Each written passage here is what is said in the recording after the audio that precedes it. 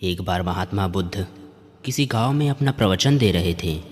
उन्होंने अपने प्रवचन को एक अंतिम शब्द से ख़त्म किया, जागो, समय हाथ से निकला जा रहा है। सभा खत्म होने के बाद बुद्ध ने अपने प्रिय शिष्य आनंद से कहा, थोड़ी देर घूमकर आते हैं। आनंद बुद्ध के साथ घूमने चल दिए। अभी वे विहार के मुख्य दरवाजे तक ही पहुँचे थे कि एक किनारे रुककर दोनों खड़े हो गए। प्रवचन सुनने आए लोग धीरे धीरे करके बाहर निकल रहे थे, इसलिए भीड़ सी हो गई थी। अचानक उस भीड़ से एक स्त्री बुद्ध से मिलने आई और उसने कहा, तथागत, मैं एक नर्तकी हूँ। आज नगर के बड़े सेठ के घर मेरे नृत्य का कार्यक्रम पहले से ही तय था, लेकिन मैं उसके बारे में भूल चुकी थी। आपने जब कहा कि समय निकला जा रहा है तो मुझे तुरंत इस बात का स्मरण हुआ कि आज मुझे अपने कार्यक्रम में जाना है, और यह कहकर वह वहाँ से चली गई।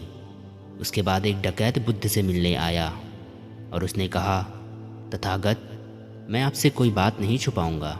मैं भूल गया था कि आज मुझे एक जगह डाका डालने जाना था। आपकी बात सुन के मुझे अपनी योजना याद आ गई।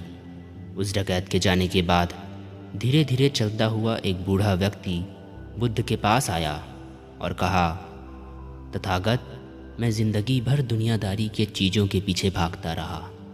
अब मौत का सामना करने का दिन नज़दीक आ रहा है।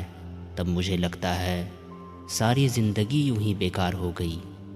आपकी बातों से आज मेरी आंखें खुल गई। आज से मैं अपने सारे मोह को छोड़कर एक संत बनना चाहता हूँ। यह कहकर वह बूढ़ा व्यक्ति वहाँ से चला गया।